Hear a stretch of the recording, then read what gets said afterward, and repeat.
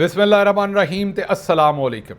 5 ਸਤੰਬਰ ਪਾਕਿਸਤਾਨ ਦੇ ਵਿੱਚ ਜੁਮੇ ਦੀ ਦੁਪਹਿਰ ਤੇ ਅੱਜ ਦੇ ਪੰਜਾਬੀ ਵੀਲੌਗ 'ਚ ਚੜ੍ਹਦੇ ਤੇ ਲੈਂਦੇ ਪੰਜਾਬ ਦੇ ਸੱਜਣਾ ਤੇ ਮਿੱਤਰਾਂ, ਭੈਣਾਂ ਤੇ ਭਰਾਵਾਂ, ਮਾਵਾਂ ਤੇ ਬਜ਼ੁਰਗਾਂ ਨੂੰ ਜੀ ਆਇਆਂ ਨੂੰ। ਅੱਜ ਦੀ ਸਭ ਤੋਂ ਪਹਿਲੀ ਖਬਰ ਜਿਹੜੀ ਤੁਹਾਡੇ ਨਾਲ ਸਾਂਝੀ ਕਰਨੀ ਹੈ, ਉਸ ਤੋਂ ਪਹਿਲਾਂ ਕਾਊਂਟਡਾਊਨ। ਅੱਜ 85 ਦਿਨ ਰਹਿ ਗਏ ਨੇ, 85 ਡੇਜ਼। 85 ਦਿਨ ਤੋਂ ਬਾਅਦ ਫੀਲਡ ਮਾਰਸ਼ਲ ਆਸਿਮ ਮੁਨੀਰ ਸਾਹਿਬ ਨੇ ਰਿਟਾਇਰ ਹੋ ਜਾਣਾ ਤੇ ਮੁਲਕ ਦੇ ਵਿੱਚ ਨਵੇਂ ਆਰਮੀ ਚੀਫ ਨੇ ਆਉਣਾ। ਤੁਹਾਡੇ 'ਚੋਂ ਕਈ ਬੰਦੇ ਸੋਚਦੇ ਨੇ ਵੀ ਉਹਨਾਂ ਕਿਹੜਾ ਜਾਣਾ ਹੈ। ਗਿੱਲ ਸਾਹਿਬ, ਤੁਸੀਂ ਆਪਣਾ ਵੇਲਾ ਕਿਉਂ ਬਰਬਾਦ ਕਰਦੇ ਹੋ? ਹਰ ਵੀਲੌਗ ਦੇ ਵਿੱਚ ਇੱਕੋ ਹੀ ਗੱਲ ਕਿਉਂ ਰਿਪੀਟ ਕਰਦੇ ਹੋ? ਉਹਨਾਂ ਕਿਹੜਾ 85 ਦਿਨਾਂ ਬਾਅਦ ਜਾਣਾ? ਉਹਨਾਂ ਜਾਣਾ ਹੈ ਕਿ ਨਹੀਂ ਜਾਣਾ ਹੈ ਤੇ ਰੱਬ ਨੂੰ ਪਤਾ ਹੈ।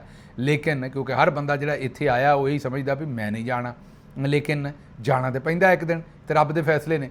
ਲੇਕਿਨ ਮੇਰਾ ਮਕਸਦ ਇਹ ਹੈ ਕਿ ਮੈਂ ਇਹ ਦੱਸਾਂ ਵੀ ਮੁਲਕ ਦੇ ਵਿੱਚ ਜਾਇਜ਼ ਕੀ ਹੋ ਰਿਹਾ ਤੇ ਨਜਾਇਜ਼ ਕੀ ਹੋ ਰਿਹਾ। ਅਗਰ ਇੱਕ ਸ਼ੈ ਨਜਾਇਜ਼ ਹੋ ਰਹੀ ਹੈ ਔਰ ਇੱਕ ਚੀਜ਼ ਫਾਰਮ 47 ਦੇ ਤਹਿਤ ਇਹ ਰਜੀਮ ਪੂਰੀ ਦੀ ਪੂਰੀ ਜਿਹੜੀ ਹੈ 26ਵੀਂ ਆਈਨੀ ਤਰਮੀਮ ਤੋਂ ਬਾਅਦ ਗਲਤ ਤਰੀਕੇ ਨਾਲ ਕੰਮ ਕਰ ਰਹੀ ਹੈ, ਸਾਡਾ ਕੰਮ ਹੈ ਉਹਨੂੰ ਪੁਆਇੰਟ ਆਊਟ ਕਰਨਾ। ਅਗਲੇ ਪਾਸੇ ਚੱਲਨੇ, ਅੱਜ ਦੀਆਂ ਖਬਰਾਂ ਦੀ ਜ਼ਰਾ ਥੋੜ੍ਹੀ ਜੀ ਉਹਨਾਂ 'ਤੇ ਨਜ਼ਰ ਪਾ ਲਈਏ। ਅਤੇ ਸਭ ਤੋਂ ਪਹਿਲੀ ਖਬਰ, ਰੈਸਕਿਊ ਵਾਲੇ ਘਰ ਤੋਂ ਕਸ਼ਤੀਆਂ ਦੇ ਜ਼ਰੀਏ ਸਮਾਨ ਕੱਢਣ ਵਾਸਤੇ 5-5 ਹਜ਼ਾਰ ਰੁਪਈਆ ਰਿਸ਼ਵਤ ਮੰਗ ਰਹੇ ਨੇ। ਬੱਲੇ ਹੋ ਸ਼ੇਰ ਬੱਗੇ ਹੋ, ਆ ਗਏ ਹੋ ਨਾ ਆਪਣੇ ਕੰਮ 'ਤੇ। ਮਤਲਬ ਅਸੀਂ ਐਸੀ ਜ਼ਬਰਦਸਤ ਕੌਮ ਹੈ ਕਿ ਅਸੀਂ ਹਰ ਚੀਜ਼ ਦੇ ਵਿੱਚੋਂ ਆਪਣਾ ਕੰਮ ਕੱਢ ਲਈਦਾ।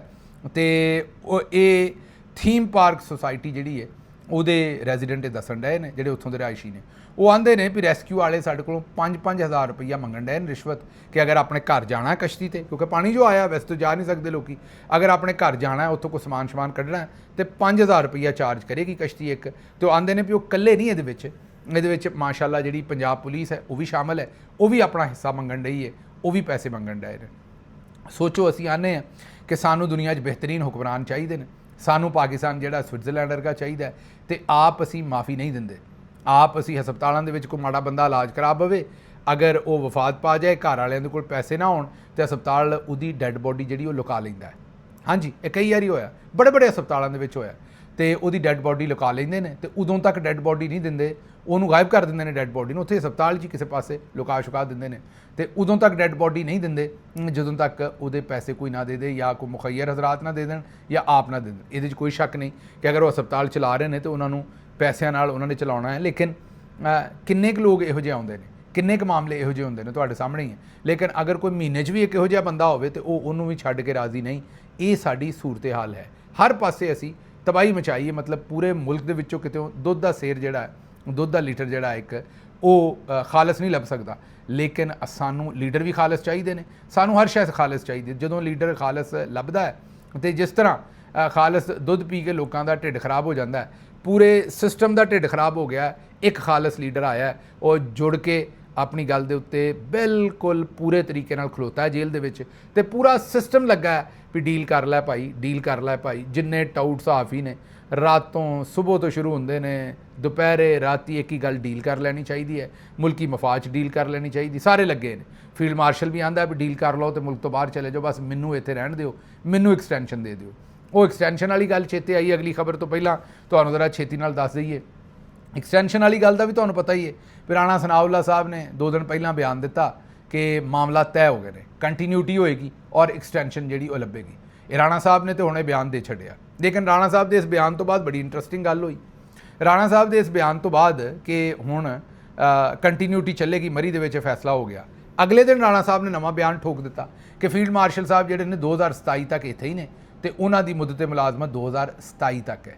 ਮੈਂ ਉਸੇ ਵੇਲੇ ਆਪਣੇ ਵੀਲੌਗ ਦੱਸਿਆ ਕਿ ਇਹ ਫੀਲਡ ਮਾਰਸ਼ਲ ਸਾਹਿਬ ਨੂੰ ਗੱਲ ਪਸੰਦ ਨਹੀਂ ਆਉਣੀ। ਹਾਲਾਂਕਿ ਵੇਖਣ ਨੂੰ ਤਾਂ ਇਹੀ ਲੱਗਦਾ ਵੀ ਉਹਨਾਂ ਨੇ ਉਹਨਾਂ ਦੇ ਹੱਕ 'ਚ ਗੱਲ ਕੀਤੀ ਹੈ, ਪਰ ਫੀਲਡ ਮਾਰਸ਼ਲ ਨੂੰ ਚਾਹੀਦੀ ਹੈ 2030 ਤੱਕ ਕਮ ਅਜ਼ ਕਮ। ਉਹਨਾਂ ਫਿਰ ਜਨਾਬ ਤਰਪਾਈ ਕੀਤੀ ਰਾਣਾ ਸਾਹਿਬ ਦੀ, ਸਾਫਟਵੇਅਰ ਅਪਡੇਟ ਕੀਤਾ, ਫਿਰ ਨਿੰਮਾ ਹੱਸ ਕੇ ਹੁਣ ਆਉਂਦੇ ਨੇ ਵੀ ਫੀਲਡ ਮਾਰਸ਼ਲ ਸਾਹਿਬ ਜਿਹੜੀ ਉਹ 2030 ਤੱਕ ਇੱਥੇ ਹੀ ਨੇ। ਸਹਾਫੀ ਨੇ ਪੁੱਛਿਆ ਬਸ 30 ਤੱਕ? ਉਹਨਾਂ ਕਹਿੰਦੇ 30 ਤੋਂ ਅੱਗੇ ਵੀ ਐਕਸਟੈਂਸ਼ਨ ਦੇਣੀ ਚਾਹੀਦੀ ਹੈ, 32, 35, ਇਹਦੀ ਕੋਈ ਮੁੱਦਤ ਹੋਣੀ ਹੀ ਨਹੀਂ ਚਾਹੀਦੀ। ਰਾਣਾ ਸਨਾਉੱਲਾ ਸਾਹਿਬ ਨੇ आख्या भी ਇਹਦੀ ਕੋਈ मुद्दत होनी नहीं चाहिए है। सुन लो, कितने अरसे तक 2027 के बाद? मेरा तो ख्याल है कि इसमें मुद्दत का तय नहीं होना चाहिए, ये जारी रहना 2032 तक, 30 तक, चले 30 से भी आगे तक जारी रहना चाहिए। सुन लिया जे, ये राणा साहब ने किया।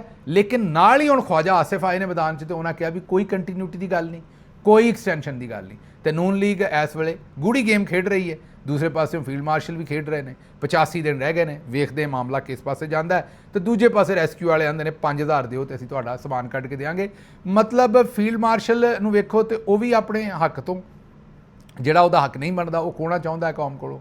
ਇਹ ਰੈਸਕਿਊ ਵਾਲਿਆਂ ਨੂੰ ਵੇਖੋ ਤੇ ਇਹ ਵੀ ਮਤਲਬ ਜਿਹੜਾ ਬੰਦਾ ਜਿੱਥੇ ਜਿਹਦਾ ਦਾਅ ਲੱਗਾ ਹੈ ਉਹ ਫੀਲਡ ਮਾਰਸ਼ਲ ਹੀ ਬਣਿਆ, ਉਹ ਬੇਈਮਾਨੀ ਕਰਕੇ ਹੀ ਰਾਜ਼ੀ ਹੈ, ਉਹ ਇਮਾਨਦਾਰੀ ਦੇ ਨਾਲ ਕੋਈ ਕੰਮ ਕਰਨ ਨੂੰ ਤਿਆਰ ਨਹੀਂ ਹੈ। ਅੱਛਾ ਜੀ, ਅਗਲੀ ਖਬਰ ਜਿਹੜੀ ਤੁਹਾਡੇ ਸਾਹਮਣੇ ਰੱਖਣੀ ਹੈ ਇਸਲਾਮਾਬਾਦ ਕਚਹਿਰੀ ਤੋਂ ਹੈ। ਉਹੀ ਹੋ ਰਿਹਾ ਜੋ ਮੁਲਕ ਦੇ ਨਾਲ ਹੋ ਰਿਹਾ, ਜੋ ਸ਼ਰੀਫ ਖਾਨਦਾਨ ਨੇ ਕੀਤਾ, ਲੇਕਿਨ ਉਹ ਵੱਡੇ ਲੈਵਲ ਤੇ ਕਰਦੇ ਨੇ। ਜੋ ਜ਼ਰਦਾਰੀ ਸਾਹਿਬ ਨੇ ਕੀਤਾ ਉਹ ਵੱਡੇ ਲੈਵਲ ਤੇ ਕਰਦੇ ਨੇ, ਇਹਨਾਂ ਜ਼ਰਾ ਨਿੱਕੇ ਲੈਵਲ ਤੇ ਕੀਤਾ, ਜ਼ਰਾ ਸੁਣ ਲੈਣਾ। ਇਸਲਾਮਾਬਾਦ ਕਚਹਿਰੀ 'ਚ ਨੌਸਰਬਾਜ਼ੀ ਦਾ ਅਨੋਖਾ ਵਾਕਿਆ। ਇਸ਼ਤਿਹਾਰੀ ਮੁਲਜ਼ਮ ਨੇ ਆਪਣੀ ਜਗ੍ਹਾ ਤੇ ਆਪਣੇ ਦੋਸਤ ਨੂੰ ਪੇਸ਼ ਕਰਾ ਦਿੱਤਾ। ਜੇ ਅਦਾਲਤ ਨੇ ਮੁਕੱਦਮਾ ਸੁਣਿਆ ਤੇ ਜੇਲ੍ਹ ਭਜਵਾਉਣ ਦਾ ਆਰਡਰ ਕਰ ਦਿੱਤਾ। ਜਿਸ ਵੇਲੇ ਜੇਲ੍ਹ ਭੇਜਣ ਦਾ ਹੁਕਮ ਦਿੱਤਾ ਤੇ ਦੋਸਤ ਨੇ ਜੱਜ ਜਹਾਂਗੀਰ ਅਵਾਨ ਨੂੰ ਦੱਸਿਆ ਵੀ ਸਰ ਜੀ ਮੈਂ ਤੇ ਅਸਲ ਮੁਜਰਮ ਨਹੀਂ ਹੈ, ਮੈਂ ਤੇ ਵੰਗਾਰ ਤੇ ਆਇਆ ਸਾਂ। ਮੈਨੂੰ ਤੇ ਮੇਰੇ ਦੋਸਤ ਨੇ ਕਿਹਾ ਸੀ ਯਾਰ ਮੈਂ ਵਿਹਲਾ ਨਹੀਂ ਜ਼ਰਾ ਤੇ ਤੂੰ ਮੇਰੀ ਪੇਸ਼ੀ ਭੁਗਤ ਲਾ, ਤੇ ਮੈਂ ਤੇ ਉਹ ਇੱਥੇ ਅੱਪੜ ਨਹੀਂ ਸਕਿਆ ਤੇ ਉਹਦੀ ਵਜ੍ਹਾ ਤੇ ਉਹਦੀ ਜਗ੍ਹਾ ਤੇ ਉਹ ਬਣ ਕੇ ਤੇ ਮੈਂ ਪੇਸ਼ੀ ਭੁਗਤਣ ਡਿਆ। ਜੱਜ ਨੇ ਬਹਰਹਾਲ ਉਹਨੂੰ ਵੀ ਗ੍ਰਿਫਤਾਰ ਕਰਵਾ ਦਿੱਤਾ। ਨਵਾਂ ਮੁਕੱਦਮਾ ਜ਼ਾਹਿਰ ਹੈ ਜਾਲਸਾਜ਼ੀ ਦਾ ਉੱਤੇ ਦਰਜ ਕੀਤਾ ਹੈ ਕਿ ਇਹਨੇ ਅਦਾਲਤ ਦੇ ਨਾਲ ਪੁੱਠਾ ਕੰਮ ਕੀਤਾ ਹੈ, ਅਦਾਲਤ ਨੂੰ ਧੋਖਾ ਦਿੱਤਾ ਹੈ, ਅਦਾਲਤ ਦੇ ਵਿੱਚ ਝੂਠ ਮਾਰਿਆ ਹੈ ਤੇ ਉਹਦੇ ਉੱਤੇ ਨਵਾਂ ਪਰਚਾ ਦਰਜ ਕਰਕੇ ਉਹਨੂੰ ਜੇਲੇ ਦੇ ਦਿੱਤਾ ਤੇ ਜਿਹੜਾ ਅਸਲ ਮੁਲਜ਼ਮ ਸੀ ਉਹਨੂੰ ਵੀ ਫੜ ਕੇ ਪੁਲਿਸ ਨੇ ਜੇਲ੍ਹ ਦੇ ਦਿੱਤਾ। ਦੋਵੇਂ ਦੋਸਤ ਹੁਣ ਜੇਲ੍ਹ 'ਚ ਨੇ। ਚਲੋ ਉੱਥੇ ਹੁਣ ਜਿਹੜਾ 12 ਟੈਣੀ ਖੇਡਣਗੇ ਦੋਵੇਂ ਬਹਿ ਕੇ ਜੇਲ੍ਹ ਦੇ ਵਿੱਚ। ਲੇਕਿਨ ਇੰਟਰਸਟਿੰਗ ਗੱਲ ਜਿਹੜੀ ਇਹ ਹੈ ਕਿ ਇਹ ਮਾੜੇ ਸਨ ਨਾ ਦੋਵੇਂ ਤੇ ਫੌਰੀ ਜੇਲ੍ਹ 'ਚ। ਸਾਡੀ ਬਾਜੀ ਨੇ ਜਾਲੀ ਟਰਸਟ ਡੀਡ ਬਣਾਈ, ਜਾਲੀ ਕਾਗਜ਼ਾਤ ਬਣਾਏ। ਕੈਲਬਰੀ ਫੌਂਡ ਜਿਹੜਾ ਆਇਆ ਸੀ ਉਹ ਉਸ ਵੇਲੇ ਉਹਦੇ 'ਚ ਲਿਖ ਦਿੱਤੀ। ਜਿਹੜਾ ਬਾਜੀ ਦੀ ਆਪਣੀ ਪ੍ਰਾਪਰਟੀ ਸੀ ਉਹ ਜਿਸ ਵੀ ਤਰੀਕੇ ਨਾਲ ਖਰੀਦੀ ਸੀ ਜ਼ਾਹਿਰ ਹੈ ਕਰਪਸ਼ਨ ਦੇ ਪੈਸੇ ਨਾਲ, ਉਹ ਸਭ ਕੁਝ ਲੁਕਾ ਕੇ ਜਾਲੀ ਬਿੱਲ, ਜਾਲੀ trust deed supreme court of Pakistan ਦੇ ਵਿੱਚ। ਇਹ ਜੱਜ ਅਵਾਨ ਸਾਹਿਬ ਤੇ ਜ਼ਾਹਿਰ ਹੈ ਥਲਲੀ ਅਦਾਲਤ ਦੇ ਜੱਜ ਨੇ, ਇਹ ਹਾਈ ਕੋਰਟ ਦੇ ਵੀ ਜੱਜ ਨਹੀਂ ਹੈਗੇ। ਸੁਪਰੀਮ ਕੋਰਟ ਆਫ ਪਾਕਿਸਤਾਨ ਦੇ ਵਿੱਚ ਝੂਠੀ ਡੀਡ ਜਮ੍ਹਾਂ ਕਰਵਾਈ। ਅੱਜ ਤੱਕ ਕਿਸੇ ਨੇ ਉਹਨਾਂ ਨੂੰ ਹੱਥ ਨਹੀਂ ਲਾਇਆ ਉਸ ਕੇਸ ਦੇ ਵਿੱਚ। ਦੂਜੇ ਕੇਸਾਂ ਦੇ ਵਿੱਚ ਚਲੋ ਥੋੜ੍ਹੀ ਬਹੁਤ ਗ੍ਰਿਫਤਾਰ ਹੋਏ, ਲੇਕਿਨ ਇਸ ਕੇਸ ਦਾ ਨਾ ਮੁਕੱਦਮਾ ਬਣਿਆ ਨਾ ਉਹਨਾਂ ਨੂੰ ਜੇਲ੍ਹ ਹੋਈ, ਕਿਉਂਕਿ ਤਗੜੇ ਦੇ 3700 ਨੇ। ਦੂਜੇ ਪਾਸੇ ਸਾਡੇ ਜ਼ਰਦਾਰੀ ਸਾਹਿਬ ਉਹਨਾਂ ਨੇ ਬੇਨਾਮੀ ਅਕਾਊਂਟ ਖੋਲ੍ਹੇ, ਕਿਤੇ ਮੁਸ਼ਤਾਕ ਚੀਨੀ ਵਾਲਾ, ਕਿਤੇ ਕੋਈ ਫਲਾਨਾ ਚੀਨੀ ਵਾਲਾ, ਕਿਤੇ ਫਲਾਨਾ ਕੋਈ ਫਲਾਣੇ ਵਾਲਾ। ਉਹ ਸਾਰੇ ਉਹਨਾਂ ਨੇ ਕੰਮ ਚਲਾਏ, ਸਾਰੀਆਂ ਜਾਲਸਾਜ਼ੀਆਂ ਕੀਤੀਆਂ, ਅਦਾਲਤਾਂ 'ਚ ਸਾਰੇ ਰਿਕਾਰਡ ਜਾਲੀ ਜਮ੍ਹਾਂ ਕਰਾਏ, ਟੈਂਪਰਿੰਗ ਕੀਤੀ, ਲੇਕਿਨ ਕਿਸੇ ਨੇ ਹੱਥ ਨਹੀਂ ਲਾਇਆ। ਲੇਕਿਨ ਜਦੋਂ ਮਾੜਾ ਫੜਿਆ ਜਾਂਦਾ ਹੈ, ਇਹ ਹੁਣ ਕੰਪੈਰੇਟਿਵਲੀ ਅਸ਼ਰਾਫੀਆ ਤੋਂ ਨਹੀਂ ਹੋਣਾ, ਇਹਨੂੰ ਜੱਜ ਸਾਹਿਬ ਨੇ ਇਹਨੂੰ ਵੀ ਤੁੰਨਿਆ, ਇਹਦੇ ਦੋਸਤ ਨੂੰ ਵੀ ਤੁੰਨਿਆ। ਉਹਨਾਂ ਨੇ ਕਿਹਾ ਵੀ ਕਿਸੇ ਨੂੰ ਮੈਂ ਛੱਡਣਾ ਨਹੀਂ ਤੁਹਾਡੇ ਦੋਵਾਂ ਦੇ ਵਿੱਚੋਂ। ਉਹਨਾਂ ਨੇ ਦੋਵਾਂ ਨੂੰ ਤੁੰਨ ਕੇ ਰੱਖ ਦਿੱਤਾ, ਬਲਕਿ ਦੂਸਰੇ ਲਫ਼ਜ਼ਾਂ ਦੇ ਵਿੱਚ ਮੁੰਨ ਕੇ ਰੱਖ ਦਿੱਤਾ। ਅੱਛਾ ਜੀ, ਅਗਲੀ ਖਬਰ ਮੰਡੀ ਬਹਾਉਦੀਨ ਤੋਂ ਅਫਸੋਸਨਾਕ ਖਬਰ ਹੈ। ਤੁਹਾਡੇ ਸਾਹਮਣੇ ਇਸ ਲਈ ਰੱਖਣੀ ਹੈ ਕਿ ਤੁਸੀਂ ਵੀ ਥੋੜ੍ਹਾ ਜਿਹਾ ਖਿਆਲ ਕਰੋ, ਕਿਉਂਕਿ ਸਾਰੇ ਬੰਦਿਆਂ ਨੂੰ ਇਸ ਚੀਜ਼ ਦਾ ਖਿਆਲ ਕਰਨਾ ਪੈਣਾ ਹੈ। ਇਹ ਟਿਕਟੋਕਰ ਹੈ ਅਵੈਸ ਜੱਟ ਮੰਡੀ ਵਾਲਾ ਉਹਨੂੰ ਆਖਦੇ ਨੇ। ਰੋਜ਼ ਪਾਣੀ ਜਾ ਕੇ ਟਿਕਟੋਕ ਬਣਾਉਂਦਾ ਸੀ ਤੇ ਕਿਤੇ ਡੂੰਘੇ ਪਾਣੀ ਚਲਾ ਗਿਆ ਤੇ ਉੱਥੋਂ ਰੁੜ ਗਿਆ ਤੇ ਜਾਂਬਾਕ ਹੋ ਗਿਆ, ਬਚਾਇਆ ਨਹੀਂ ਜਾ ਸਕਿਆ। ਅਗਲੇ ਦਿਨ ਹੀ ਉਹ ਆਪਣੇ ਪਾਸਪੋਰਟ ਤੇ ਲੱਗਾ ਹੋਇਆ, ਵੀਜ਼ਾ ਆਪਣੇ ਕਿਤੇ ਫਾਲੋਅਰਸ ਨੂੰ ਵਿਖਾ ਰਿਹਾ ਸੀ ਵੀ ਮੈਂ ਹੁਣ ਬਾਹਰ ਚਲੇ ਜਾਣਾ, ਲੇਕਿਨ ਟਿਕਟੋਕ ਦੇ ਸ਼ੌਕ ਦੇ ਵਿੱਚ ਪਾਣੀ 'ਚ ਜਾ ਵੜਿਆ ਤੇ ਉੱਥੋਂ ਰੁੜ ਗਿਆ। ਟਿਕਟੋਕ ਜ਼ਰੂਰ ਬਣਾਓ। ਹੁਣ ਮੁਸੀਬਤ ਇਹ ਵੀ ਇਸ ਤੋਂ ਮੈਂ ਤੁਹਾਨੂੰ ਡੱਕਾਂ ਕਿਵੇਂ। ਹੁਣ ਸਾਰੀ ਬਿਊਰੋਕ੍ਰੇਸੀ ਜਿਹੜੀ ਉਹ ਬਾਜੀ ਰੋਲੈਕਸ ਵਾਲੀ ਜਿਹੜੀ ਅਨੂਸ਼ ਹੈ, ਉਹ ਪਿਛਲੇ ਦਿਨ ਆਇਸ਼ਾ ਬੱਟ, ਮਤਲਬ ਉਹ DC ਅਸੀਂ ਤੁਹਾਨੂੰ ਮੁਜ਼ੱਫਰਗੜ੍ਹ, ਦੂਸਰੇ ਸਾਰੀ ਬਿਊਰੋਕ੍ਰੇਸੀ ਟਿਕਟੋਕ ਵਾਲੀ ਹੈ। ਉਹ ਵੀ ਕਿਉਂ ਨਾ ਹੋਣ। ਉਤਲੇ ਪਾਸੇ chief minister Mariam Nawaz TikTok ਵਾਲੀ ਹੈ ਤੇ ਸਾਰੇ ਟਿਕਟੋਕ ਤੇ ਨੇ। ਬਾਜੀ ਕੱਲ ਨਿਆਣਿਆਂ ਦੇ ਨਾਲ ਬਹਿ ਕੇ ਤੇ ਇੰਜ ਖੇਡਣ ਰਹੀ ਸੀ ਜਿਵੇਂ ਕਮਲੀ ਹੋਵੇ। ਕਈ ਵਾਰੀ ਹੁੰਦਾ ਹੈ ਨਾ ਕਿ ਲੋਕੀ ਵੱਡੇ ਹੋ ਜਾਂਦੇ ਨੇ ਲੇਕਿਨ ਜ਼ਿਹਨੀ ਨਸ਼ੋਨੁਮਾ ਨਹੀਂ ਹੁੰਦੀ। ਬਾਜੀ ਦੀ ਹਾਲਤ ਵੀ ਉਹੀ ਸੀ, ਇੰਜ ਹੀ ਲੱਗਦਾ ਸੀ ਵੀ ਜ਼ਿਹਨੀ ਨਸ਼ੋਨੁਮਾ ਨਹੀਂ ਹੋਈ। ਬਾਜੀ ਜਿਹੜੀ ਅਜੇ ਦਿਮਾਗ ਤੋਂ ਨਿੱਕੀ ਰਹਿ ਗਈ ਹੈ ਤੇ ਬੱਚਿਆਂ ਦੇ ਵਿੱਚ ਬੱਚੀ ਬਣੀ ਹੈ। ਅਜ਼ਰਾ ਵੇਖ ਲਓ। देखो स्माइल स्माइल, सारे बच्चे स्माइल करो। थैंक यू सारे बच्चे।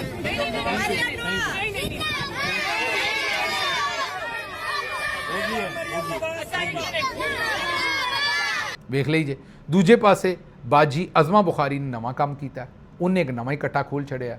ਬਾਜੀ ਅਜ਼ਮਾ ਬੁਖਾਰੀ ਆਂਦੀ ਹੈ ਵੀ ਉੱਥੇ ਜਿਸ ਵੇਲੇ ਬਾਜੀ ਗਈ ਹੈ ਮੁਲਤਾਨ ਤੇ ਉੱਥੇ ਇੱਕ ਬੱਚੇ ਨੇ ਜਿਹੜੀ ਉਹਦੀ ਸਲਾਂਟੀ ਉਹ ਖਾ ਰਿਹਾ ਸੀ, ਉਹ ਉਹਨੇ ਆਪਣੀ ਸਲਾਂਟੀ ਜਿਹੜੀ ਉਹ ਬਾਜੀ ਦੇ ਮੂੰਹ 'ਚ ਪਾ ਦਿੱਤੀ। ਹੁਣ ਜਿਸ ਵੇਲੇ ਇਹਨਾਂ ਨੇ ਇਹ ਬਿਆਨ ਦਿੱਤਾ ਤੇ ਮੈਂ ਪਹਿਲਾਂ ਤਾਂ ਹੈਰਾਨ ਹੋਇਆ ਵੀ ਭੈਣ ਮੇਰੀ ਹੈ ਸਲਾਂਟੀ ਜਿਹੜੀ ਹੈ ਉਹ ਮੂੰਹ 'ਚ ਹੀ ਪਾਉਣੀ ਹੈ, ਹੋਰ ਕਿੱਥੇ ਪਾਉਣੀ ਹੈ। ਕੋਈ ਬਾਜੀ ਅਜ਼ਮਾ ਬੁਖਾਰੀ ਕੋਲੋਂ ਪੁੱਛੇ ਵੀ ਇਹ ਕਾਮਨ ਸੈਂਸ ਹੈ, ਤੂੰ ਪਾਲਿਸ਼ ਮਾਰਨ ਲੱਗੀ ਭੈਣ ਮੇਰੀ, ਇਹ ਕਨੀਜ਼ ਬਣ ਜਾਣੀ ਹੈ, ਏਡੀ ਦੂਰ ਨਿਕਲ ਜਾਣੀ ਹੈ। ਤੁਹਾਨੂੰ ਚੇਤੇ ਹੈ ਨਾ ਵੀ ਉਹ ਬਾਜੀ ਦਾ ਮੋਢਾ ਨਿਕਲ ਚੱਲਾ ਸੀ, ਅਜ਼ਮਾ ਬੁਖਾਰੀ ਦਾ ਇੱਕ ਬੈਗ ਚੁੱਕਿਆ ਸੀ, ਇੰਝ ਜਿਵੇਂ ਟੀਕਾ ਲੱਗਦਾ ਉਸ ਵੇਲੇ ਜਦੋਂ ਬੰਦੇ ਦਾ ਮੂੰਹ ਬਣਦਾ ਨਾ, ਜਦੋਂ ਬਾਂਹ 'ਤੇ ਜਾਂ ਪੁੜੇ 'ਤੇ ਟੀਕਾ ਲੱਗਦਾ ਤੇ ਉਦੋਂ ਉਸ ਵੇਲੇ ਬੰਦੇ ਦਾ ਜਿਹੜਾ ਮੂੰਹ ਜਾਂ ਕੋਈ ਜ਼ੋਰ ਨਾਲ ਕਿਤੇ ਬੰਦੇ ਦਾ ਹੱਥ ਦਰਵਾਜ਼ੇ 'ਚ ਆ ਜਾਏ, ਸਮਝਦੇ ਹੋ ਨਾ, ਕੋਈ ਹੋਰ ਐਸਾ ਜਗ੍ਹਾ ਤੇ ਜਿੱਥੇ ਝਪੀਟ ਵੱਟੀ ਜਾਏ ਤੇ ਉਹ ਜਿਸ ਤਰ੍ਹਾਂ ਬੰਦੇ ਦਾ ਮੂੰਹ ਬਣਿਆ ਹੁੰਦਾ। ਵੈਸੇ ਤਾਂ ਬਾਜੀ ਅਜ਼ਮਾ ਬੁਖਾਰੀ ਦਾ ਵੈਸੇ ਵੀ ਮੂੰਹ ਉਹੋ ਜਿਹਾ ਹੀ ਬਣਿਆ ਰਹਿੰਦਾ ਹੈ, ਲੇਕਿਨ ਉਸ ਵੇਲੇ ਬਹੁਤਾ ਬਣਿਆ ਸੀ। ਉਹਦੀ ਵਜ੍ਹਾ ਕੀ ਸੀ ਵੀ ਆਪ ਜਿੱਡਾ ਕੁ ਬਾਜੀ ਦਾ ਕੱਦ ਹੈ ਓਡਾ ਹੀ ਵੱਡਾ ਸੂਟਕੇਸ ਸੀ ਨਾਲ, ਉਹ ਸੂਟਕੇਸ ਲਾ ਰਹੀ ਸੀ ਵਿਚਾਰੀ ਸੀੜੀਆਂ ਤੋਂ। ਅੱਛਾ, ਹੁਣ ਤੁਹਾਡੇ ਚੋਂ ਕਿਸੇ ਨੇ ਇਹਦੇ ਉੱਤੇ ਬਾਰੀਕ ਗੱਲ ਨਹੀਂ ਸੋਚੀ। ਜਹਾਜ਼ ਦੇ ਵਿੱਚ ਹੈਂਡ ਕੈਰੀ ਲੈ ਕੇ ਜਾਈਦਾ, ਛੋਟਾ ਸੂਟਕੇਸ ਹੁੰਦਾ, ਉਹਦੇ 'ਚ 7-8 ਕਿਲੋ ਵਜ਼ਨ ਹੁੰਦਾ, ਬੜਾ ਕੋ ਪਾ ਲੇਗਾ ਤੇ 10-12 ਕਿਲੋ ਪਾ ਲੇਗਾ, ਉਹ ਬੜੇ ਆਰਾਮ ਨਾਲ ਚੁੱਕਿਆ ਜਾਂਦਾ। ਇਹ ਹੁਣ ਜ਼ਰਾ ਦੋਹਰੇ ਹੈ, ਮੈਂ ਆਖਾਂਗਾ ਜਵਾਨ ਨੂੰ ਸਾਡੇ ਨੂੰ ਐਡੀਟਿੰਗ ਕਰਦੇ ਹੋਏ ਦੋਹਰੇ ਤੁਹਾਨੂੰ ਇਹ ਤਸਵੀਰ ਵਿਖਾਏ। ਇਹ ਜ਼ਰਾ ਬੈਗ ਵੇਖੋ, ਇਹ ਫੁੱਲ ਸਾਈਜ਼ ਦਾ ਬੈਗ ਕਦੇ ਕਿਸੇ ਨੂੰ ਜਹਾਜ਼ ਦੇ ਵਿੱਚ ਖੜਦਿਆਂ ਵੇਖਿਆ ਤੁਸੀਂ ਅੱਜ ਤੱਕ? ਜਿੰਨੇ ਵੀ ਸਫ਼ਰ ਕੀਤਾ, ਜਿਹਨੂੰ ਮਰਜ਼ੀ ਪੁੱਛ ਲਓ, ਮੈਨੂੰ ਇਹ ਅਕਲ ਦੇ ਦਿਓ ਅਗਰ ਮੇਰੇ ਕੋਲ ਤਾਂ ਨਹੀਂ ਹੈਗੀ, ਮੈਂ ਤਾਂ ਜ਼ਿੰਦਗੀ 'ਚ ਨਹੀਂ ਵੇਖਿਆ ਫੁੱਲ ਸਾਈਜ਼ ਦਾ ਸੂਟਕੇਸ ਕਿਸੇ ਨੂੰ ਜਹਾਜ਼ ਦੇ ਵਿੱਚ ਖੜਦਿਆਂ ਵੇਖਿਆ? ਪਹਿਲੀ ਗੱਲ ਤੇ ਇਹ ਜਹਾਜ਼ ਦੇ ਵਿੱਚ ਅੰਦਰ ਜਿੱਥੇ ਬਹਿਣਾ ਹੈ ਕੈਬਨ ਦੇ ਵਿੱਚ ਨਹੀਂ ਹੁੰਦਾ, ਇਹ ਲਗੇਜ 'ਚ ਬੁੱਕ ਹੁੰਦਾ ਹੈ ਏਡਾ ਵੱਡਾ ਬੈਗ। ਅੱਛਾ, ਦੂਜੀ ਗੱਲ ਕਿ ਚਲੋ ਅਗਰ ਚਲਾ ਵੀ ਗਿਆ ਤੇ ਉਹਨੂੰ ਇੱਥੋਂ ਪੌੜੀਆਂ ਤੋਂ ਇੰਜ ਬਾਜੀ ਅਜ਼ਮਾ ਨੇ ਆਪ ਤੇ ਨਹੀਂ ਸੀ ਲਾਉਣਾ, ਤੇ ਕਿਸੇ ਹੋਰ ਨੇ ਲਾਉਣਾ ਸੀ।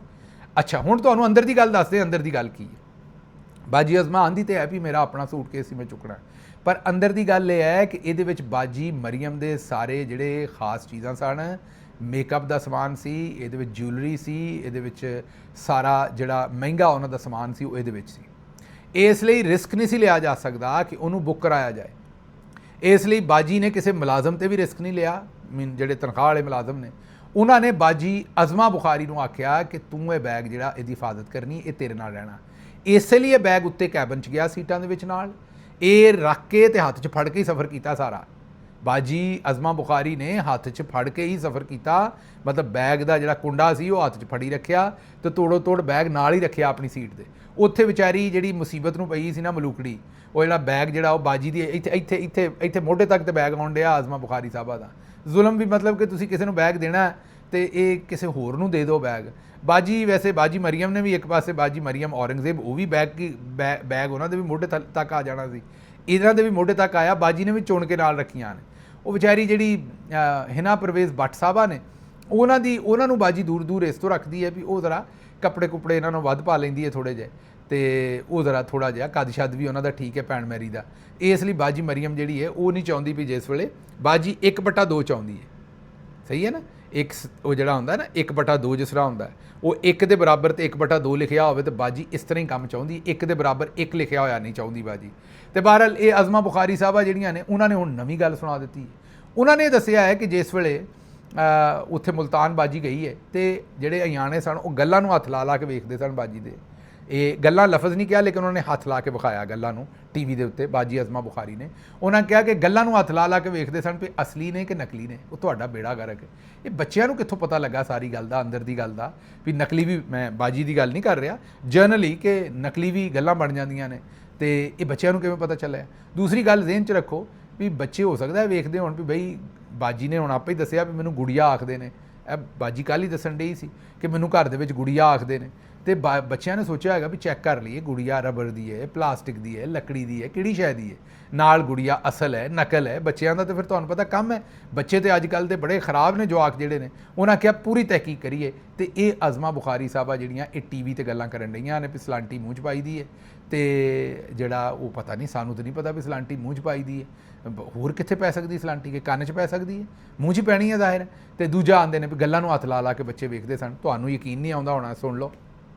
आज एक बच्चा बजिद था, वो बार बार चीफ मिनिस्टर के ऐसे हाथ लगा के टच करके देख रहा था ये वाकई वही है। फिर उसने अपने हाथ से सलांटी खिलाई उनको, वो जो एक चिप्स था उसके हाथ में, वो उसने चीफ मिनिस्टर के मुंह में डाला। सुन लिया जी। चलो हुण अगले पासे अगली खबर दे दईए तुहानूं। ਇਹ ਦਬੰਗ ਐਂਟਰੀ ਪਾਈ ਹੈ ਸ਼ਹਬਾਜ਼ ਸ਼ਰੀਫ ਸਾਹਿਬ ਨੇ, ਕਿਸੇ ਹੋਰ ਨੂੰ ਧੁੱਪ ਨਹੀਂ ਲੱਗਣ ਡਈ। ਇਹ ਸਾਡਾ ਜਿਹੜਾ ਚਾਰਲੀ ਚੈਪਲਨ ਹੈ ਇਹਨੂੰ ਧੁੱਪ ਲੱਗਣ ਡਈ ਹੈ। ਉੱਥੇ ਜਿਹੜੀ ਉਹ ਭਰਾ ਮੇਰਿਆ, ਇਹ ਜਿਹੜੀ ਛਤਰੀ ਹੁੰਦੀ ਹੈ ਇਹਦੀਆਂ ਨੁਕਰਾਂ ਵੀ ਨਿਕਲੀਆਂ ਹੁੰਦੀਆਂ ਕਿ ਇਹਦੀ ਅੱਖ 'ਚ ਨਾ ਮਾਰਦੀ, ਤੇਰੀ ਮਿਹਰਬਾਨੀ ਹੈ। ਵੈਸੇ ਅੱਖ 'ਚ ਤਾਂ ਨਹੀਂ ਮਾਰੀ ਜਾਣੀ, ਜਿੱਡਾ ਜਨਾਬ ਜਿੱਡੇ ਉੱਚੇ ਲੰਮੇ ਨੇ ਉਸ ਹਿਸਾਬ ਨਾਲ ਤਾਂ ਕਿਸੇ ਦੀ ਧੁੰਨੀ 'ਚ ਹੀ ਮਾਰ ਸਕਦੇ ਹੋ ਤੁਸੀਂ, ਛਤਰੀ ਅੱਖ 'ਚ ਤਾਂ ਨਹੀਂ ਮਾਰ ਸਕਦੇ। ਲੇਕਿਨ ਬਹਰਹਾਲ ਫੇਰ ਵੀ ਬੈਠੇ ਬੰਦੇ ਦੀ ਅੱਖ 'ਤੇ ਤਾਂ ਮਾਰ ਹੀ ਦਿਓਗੇ ਨਾ। ਤੇ ਉੱਥੇ ਸਮਝ ਨਹੀਂ ਆਈ ਵੀ ਬਾਕੀ ਕਿਸੇ ਕੋਲ ਛਤਰੀ ਨਹੀਂ ਸੀ। ਇਹ ਸਾਡੇ ਵਾਲਾ ਭਾ ਜਿਹੜਾ ਛਤਰੀ ਲੈ ਕੇ ਗਿਆ ਸੀ, ਮਕਬੂਤੁਲ ਹਵਾਸ ਆਦਮੀ ਹੈ ਬੁਨਿਆਦੀ ਤੌਰ 'ਤੇ, ਯਕੀਨ ਕਰੋ ਜ਼ਿਹਨੀ ਮਰੀਜ਼ ਹੈ। ਤੇ ਬਸ ਇਸ ਘਰ ਦਾ ਅੰਨਿਆਂ 'ਚ ਕਾਣਾ ਰਾਜਾ। ਸੋਚੋ ਬਾਕੀਆਂ ਦਾ ਅਸ਼ਰ ਕੀ ਹੋਏਗਾ। ਹੁਣ ਤੁਸੀਂ ਵੇਖ ਲਿਆ ਬਾਜੀ ਮਰੀਮ ਦਾ, ਤੇ ਟੱਬਰ ਥੋੜ੍ਹਾ ਜਿਹਾ ਹਿੱਲਿਆ ਖਿਸਕਿਆ। ਬਸ ਸਾਡੇ ਅਮਾਲ ਦੀ ਸਜ਼ਾ ਹੈ ਕਿ ਸਾਡੇ ਉੱਤੇ ਜਿਹੜੇ ਨੇ ਚੌਧਰੀ ਨਿਜ਼ਾਮੁਦੀਨ ਸਾਹਿਬ ਨੇ ਫਿਕਸ ਕੀਤੇ ਨੇ, ਤੇ ਸਾਨੂੰ ਜਿਹੜਾ ਉਹ ਬਾਰ-ਬਾਰ ਇਹਨਾਂ ਨੂੰ ਭੁਗਤਣਾ ਪੈ ਰਿਹਾ। ਅੱਛਾ ਜੀ, ਅਗਲੀ ਜਿਹੜੀ ਖਬਰ ਤੁਹਾਡੇ ਸਾਹਮਣੇ ਰੱਖਣੀ ਹੈ ਉਹ ਜੀਓ ਦੇ ਉੱਤੇ ਜਿਹੜੀ ਗਾਲਮੰਦਾ ਚੱਲਿਆ ਉਹ ਕੱਲ ਦਾ ਹੁਣ ਉਹਦੇ ਨਾਲ ਅਖੀਰੀ ਹੋ ਗਿਆ। ਹਰ ਜਗ੍ਹਾ ਤੇ ਜੀਓ ਦੇ ਉੱਤੇ ਬੜੀ ਤਨਕੀਦ ਹੋ ਰਹੀ ਹੈ ਕਿ ਕੀ ਉੱਥੇ ਲਖਨਊ ਦਾ ਬੰਦਾ ਬੈਠਾ ਸੀ ਜਿਹਨੂੰ ਪੰਜਾਬੀ ਦਾ ਬਿਲਕੁਲ ਹੀ ਨਹੀਂ ਸੀ ਪਤਾ। ਤੁਹਾਨੂੰ ਪਤਾ ਵੀ ਉੱਥੇ ਬੰਦੇ ਨੇ ਇੱਕ ਗਾਲੀ ਜੁਮਲੇ ਦੇ ਵਿੱਚ ਬੋਲ ਦਿੱਤੀ ਤੇ ਉਹ ਜੀਓ ਨੇ ਚਲਾ ਵੀ ਛੱਡੀ। ਹੁਣ ਹਕੂਮਤ ਉੱਤੇ ਬੜੀ ਗੁੱਸੇ 'ਚ ਹੈ। ਹਕੂਮਤ ਨੂੰ ਲੱਗਦਾ ਵੀ ਸਾਡੇ ਨਾਲ ਧੱਕਾ ਕੀਤਾ ਗਿਆ ਜਾਣਬੁੱਝ ਕੇ, ਕਿਉਂਕਿ ਜਦੋਂ ਦੀ ਉਹ ਵੀਡੀਓ ਚੱਲੀ ਹੈ ਹਕੂਮਤ ਦੀ ਤਾਂ ਤਬਾਹੀ ਨਿਕਲ ਗਈ ਹੈ। ਔਰ ਉਸੇ ਤੇ ਗੱਲ ਹੋ ਰਹੀ ਹੈ ਸਾਰੀ ਦੀ ਸਾਰੀ, ਜੋ ਉਹਨੇ ਆਖਿਆ ਵੀ ਹਕੂਮਤ ਸਾਡੇ ਨਾਲ ਆਹ ਕੰਮ ਕਰਨ ਡਈ, ਗੰਦਾ ਕੰਮ ਨਹੀਂ ਜਿਹੜਾ ਹੁੰਦਾ, ਹਕੂਮਤ ਨੇ ਆਖਿਆ ਵੀ ਉਹ ਕਰਨ, ਉਹਨੇ ਆਖਿਆ ਵੀ ਹਕੂਮਤ ਸਾਡੇ ਨਾਲ ਹਰ ਸਾਲ ਉਹ ਕੰਮ ਕਰਦੀ ਹੈ। ਤੇ ਹੁਣ ਬਹਰਹਾਲ ਜੀਓ ਟੀਵੀ ਨੇ ਉੱਤੇ ਮਾਫੀ ਸ਼ਾਫੀ ਮੰਗੀ ਹੈ। ਹੁਣ ਜੀਓ ਮਾਫੀਆਂ ਮੰਗਦਾ, ਲੇਕਿਨ ਪਹਿਲਾਂ ਹੀ ਜ਼ਰਾ ਥੋੜ੍ਹਾ ਜਿਹਾ ਸੋਚ ਲਿਆ ਕਰੋ, ਧਿਆਨ ਦੇ ਨਾਲ ਇਹ ਕੰਮ ਕਰਿਆ ਕਰੋ। ਅੱਛਾ ਜੀ, ਸਲਾਬ ਦੇ ਇਲਾਕਿਆਂ 'ਚੋਂ ਬੜੀ ਅਫਸੋਸਨਾਕ ਖਬਰਾਂ ਆ ਰਹੀਆਂ ਨੇ। ਇੱਕ ਸਲਾਬ ਮੁਤਾਸਰ ਜਿਹੜਾ ਉਹ ਆਂਦਾ ਵੀ ਸਾਨੂੰ ਖਾਣਾ ਦੇਣਾ ਹੈ, ਭਾਵੇਂ ਦਿਓ ਭਾਵੇਂ ਨਾ ਦਿਓ, ਸਾਡੇ ਡੰਗਰ ਨਾ ਭੁੱਖੇ ਮਾਰੋ, ਉਹਨਾਂ ਨੂੰ ਕੋਈ ਪੱਠਾ ਛੱਠਾ ਦੇ ਦਿਓ। ਕਿਉਂਕਿ ਮੈਂ ਦੱਸਿਆ ਤੁਹਾਨੂੰ ਫਸਲਾਂ ਪਾਣੀ ਥੱਲੇ ਨੇ, ਪੱਠਾ ਦੱਥਾ ਸਾਰਾ ਰੁੜ ਗਿਆ, ਘਰ ਰੁੜ ਗਏ ਨੇ, ਜਾਨਵਰ ਬੜੇ ਸਾਰੇ ਰੁੜ ਗਏ ਨੇ। ਜਿਹੜੇ ਬਚ ਗਏ ਨੇ ਹੁਣ ਉਹਨਾਂ ਜਾਨਵਰਾਂ ਨੂੰ ਕਿੱਥੋਂ ਖਵਾਉਣ, ਮਿੱਟੀ ਤੇ ਖਵਾ ਨਹੀਂ ਸਕਦੇ। ਉਹ ਹੁਣ ਵਿਚਾਰੇ ਇਸ ਵੇਲੇ ਮਜਬੂਰ ਨੇ, ਉਹ ਆਂਦੇ ਨੇ ਵੀ ਸਾਨੂੰ ਪੱਠਾ ਦੱਥਾ ਜਿਹੜਾ ਉਹ ਸਾਨੂੰ ਸਾਡੇ ਡੰਗਰਾਂ ਵਾਸਤੇ ਦਿਓ, ਸਾਨੂੰ ਭਾਵੇਂ ਰੋਟੀ ਨਾ ਦਿਓ ਅਸੀਂ ਬਰਦਾਸ਼ਤ ਕਰ ਲਾਂਗੇ, ਸਾਡੇ ਡੰਗਰਾਂ ਨੂੰ ਭੁੱਖਾ ਨਾ ਰੱਖੋ। ਲਓ ਜੀ, ਮੈਨੂੰ ਇੱਥੋਂ ਦਿਓ ਇਜਾਜ਼ਤ ਤੇ ਰੱਬ ਰਾਖਾ।